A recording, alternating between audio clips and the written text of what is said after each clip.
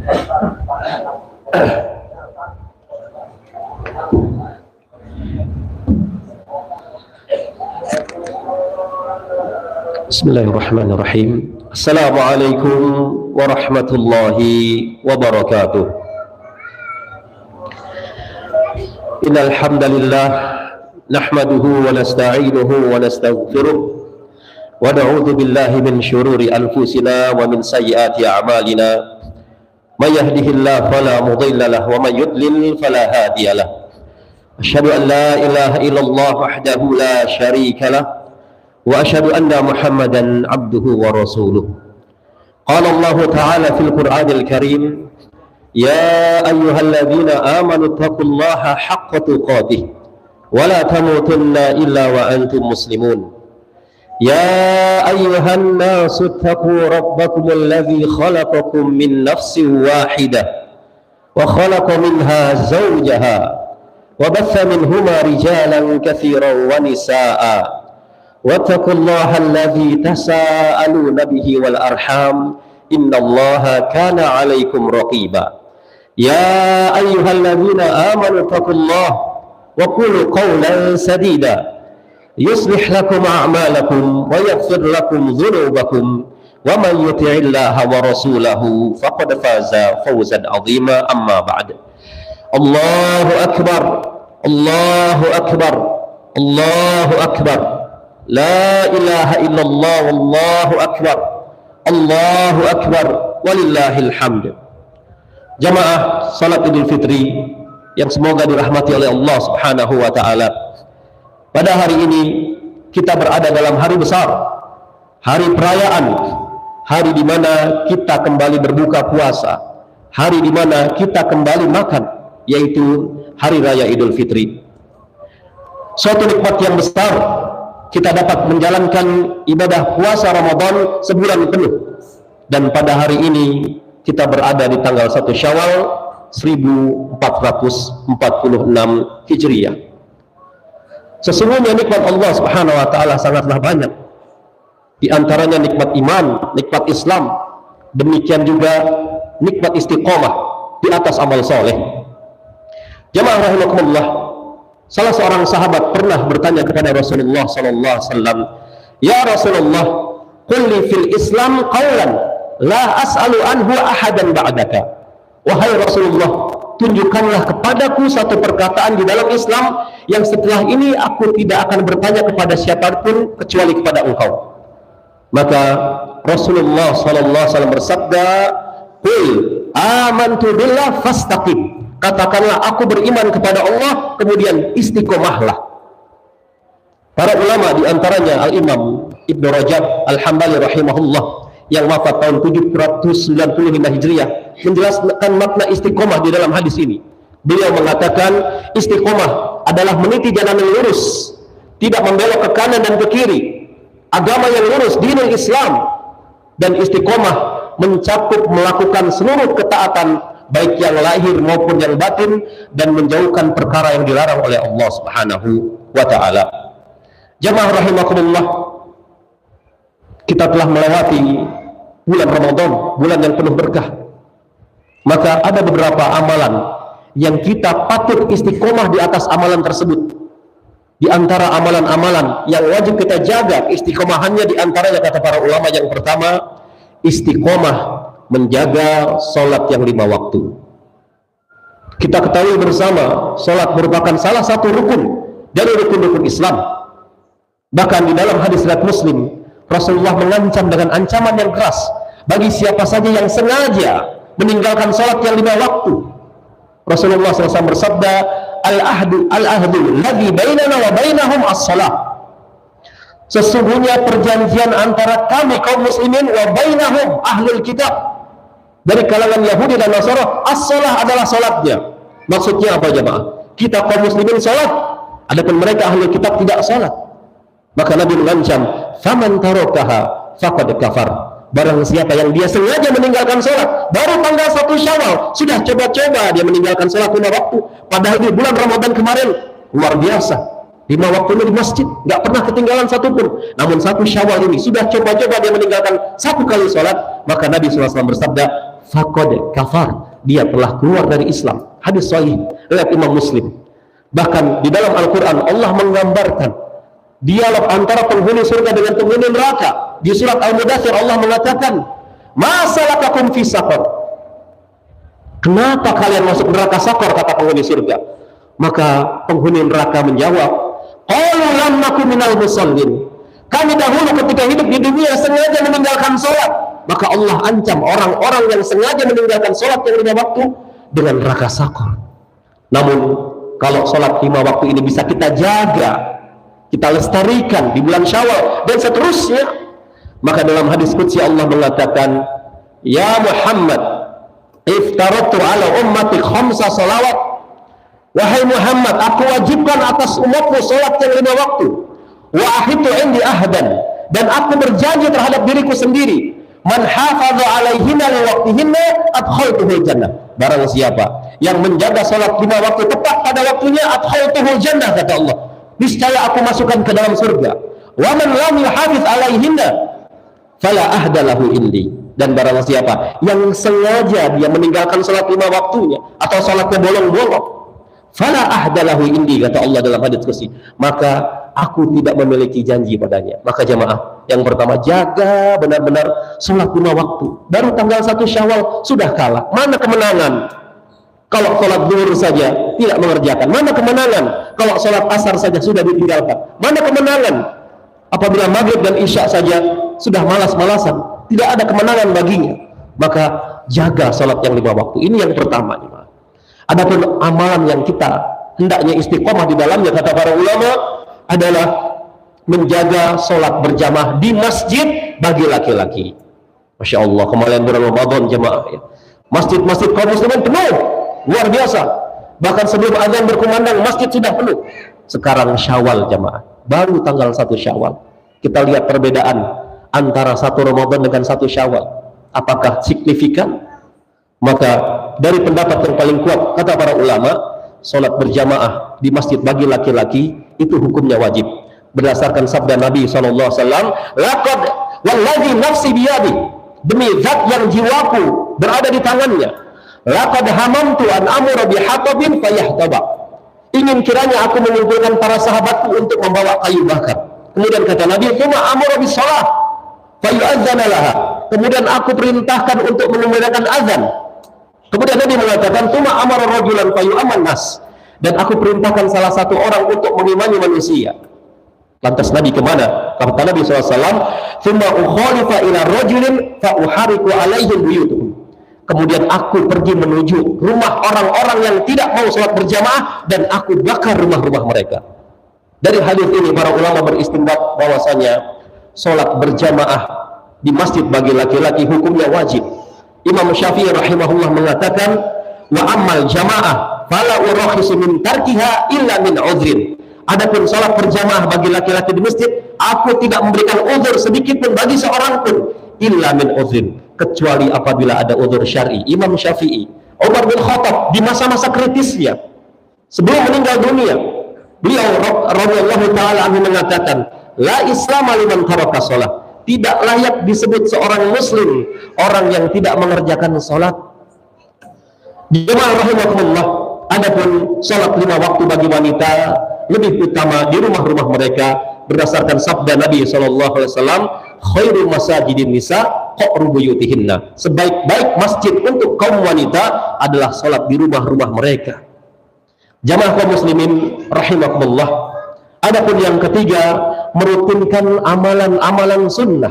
Ketahuilah bahwa amalan-amalan sunnah berfungsi untuk menambal kekurangan yang ada pada amalan-amalan wajib. Rasulullah SAW bersabda, inna awwala ma yuhasibu li abdi yaumal qiyamah as-shalah, sesungguhnya amalan yang pertama kali dihisab bagi seorang hamba di hari kiamat adalah salat 5 waktu jemaah. Kemudian Allah Subhanahu wa taala berfirman kepada para malaikatnya, unzuru li salati abdi, ay malaikat, coba lihat kepada salat 5 waktu hambaku ini, atammaha aw naqasaha, sempurna atau tidak salat 5 waktunya. Fa in kana tamah kutibat lahu tamah, apabila salat 5 waktunya sempurna, catat baginya pahala yang sempurna. Kemudian Allah mengatakan, wa in kana intaqasa minha syai'an, apabila ketika ditimbang sholat si fulan ini ada kekurangan di sana sini sholat 5 waktunya, maka Allah mengatakan kepada para malaikatnya, unzuru hali abdu min tatawwi. Masya Allah jemaah, lihat wahai malaikat, dia punya amalan sunnah tidak? Setelah ditimbang sholat 5 waktunya bolong-bolong, syarat rukunnya berantakan, bacaannya berantakan, gerakan sholatnya menyelisihi Nabi SAW, ada kekurangan di sana sini, maka Allah berfirman kepada para malaikat, unzuru hali abdi min tatawwu. Lihat wahai malaikat, apakah hambaku ini punya amalan sunnah? Maka Allah mengatakan, fa in kana lahu tatawwu, kalau dia memiliki amalan sunnah, maka Allah berfirman, atimu li abdi faridatahu min tatawwihi. Maka Allah mengatakan kepada para malaikatnya, sempurnakanlah kekurangan yang ada pada amalan wajibnya dengan amalan sunnahnya. Maka jamaah rahimakumullah, jangan sekali-kali meremehkan perkara sunnah jamaah. Dan di bulan Syawal ini ada amalan-amalan sunnah yang bisa kita kerjakan. Di antaranya puasa sunnah Syawal. Nabi SAW bersabda terkait puasa sunnah Syawal ini, man shoma ramadhana tsumma atba'ahu syittan min syawalin kana kasiyamid dahr. Barang siapa yang berpuasa di bulan Ramadan kemudian diiringi berpuasa 6 hari di bulan Syawal, maka dia seperti berpuasa 1 tahun penuh. Begitu juga ada puasa Senin dan Kamis, ada puasa juga Ayyamul Bid tanggal 13, 14, 15 Hijriah. Karena ketika kita puasa bulan Ramadan ada kekurangan di sana sini. Ada kekurangan di sana sini, kadang-kadang laghun wa rafath. Lisan kita mengatakan perkataan yang sia-sia, laghun wa rafath, dan kata-kata kotor, entah ghibah, fitnah, namimah, bully, caci maki, julid, nyinyir. Ada kekurangan, maka tambal dengan amalan sunnah, diantaranya berpuasa sunnah di bulan Syawal. Jamaah rahimakumullah, adapun amalan yang keempat yang kita patut istiqomah di dalamnya, yakni merutinkan sholat malam meskipun hanya 1 rakaat. Di bulan Ramadan kemarin, Ustaz, alhamdulillah Anda tidak pernah ketinggalan sholat tarawih bersama kaum muslimin di masjid-masjid kaum muslimin full. Sekarang 1 Syawal jemaah, apa kabar sholat malam kita?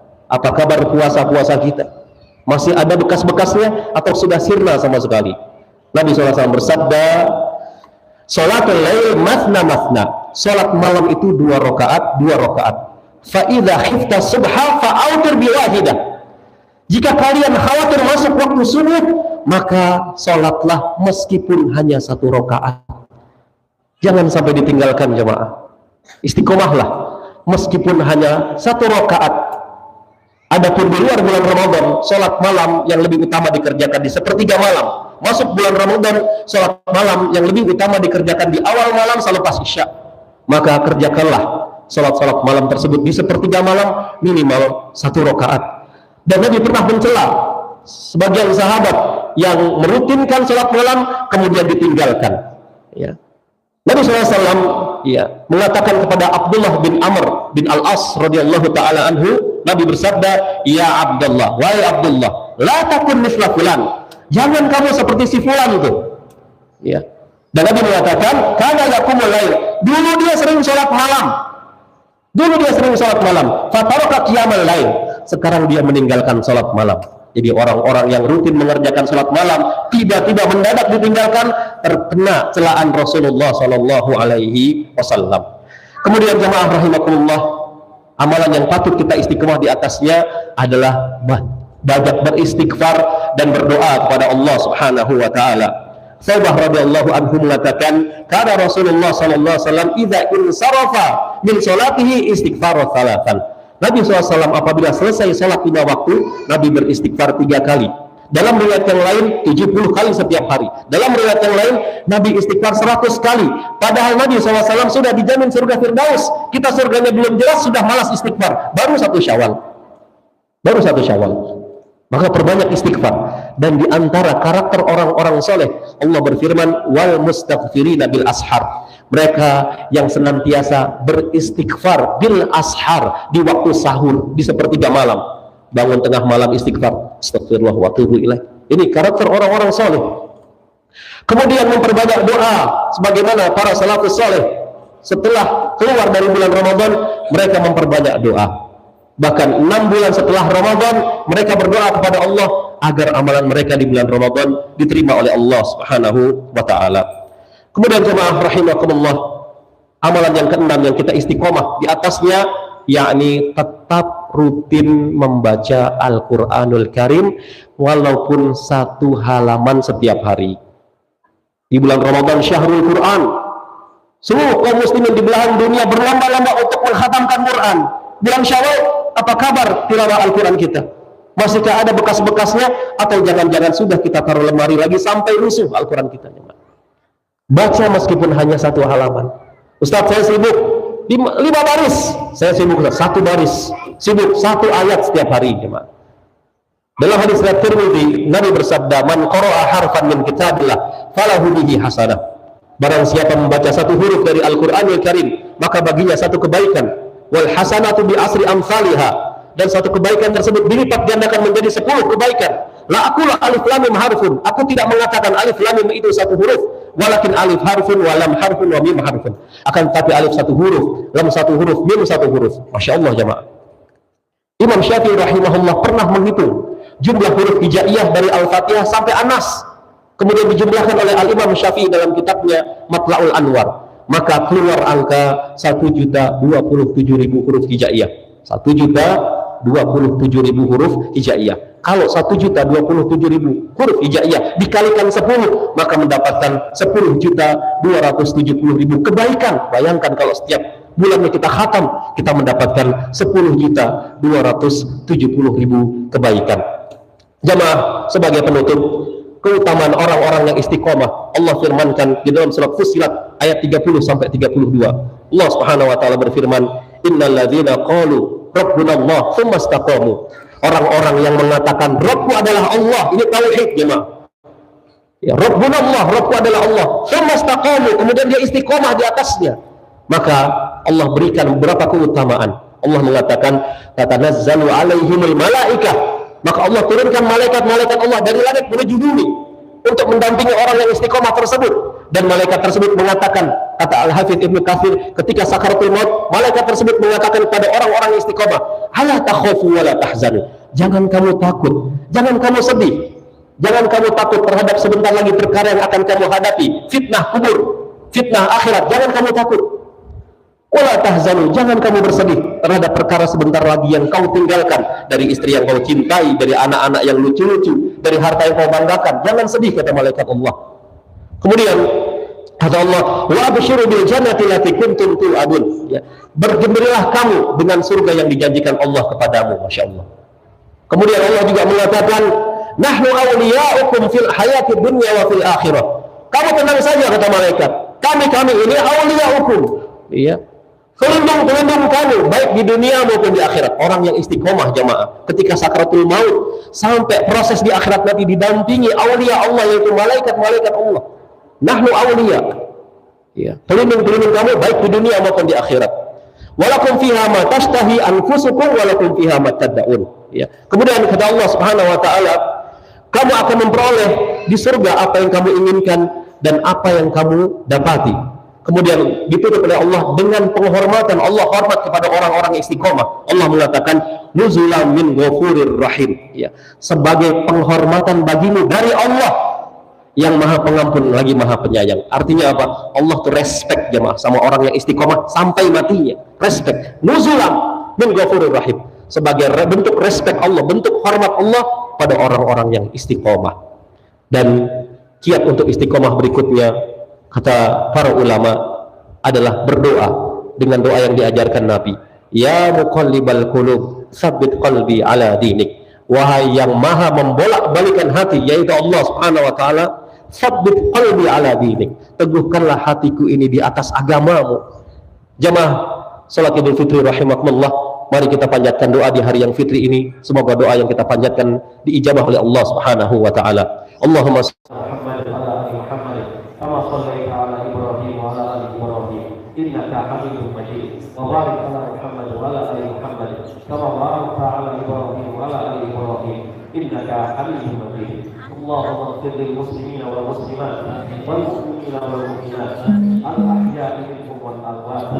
Rabbana la tuzigh qulubana بعد إذ هديتنا وهب لنا من لدنك الرحمة إنك أنت الوهاب. ربنا آتنا في الدنيا حسنة وفي الآخرة حسنة وقنا عذاب النار. وصلى الله على نبينا محمد وعلى آله وصحبه ومن تبعهم بإحسان إلى يوم الدين. وآخر دعوانا الحمد لله رب العالمين. والسلام عليكم ورحمة الله وبركاته.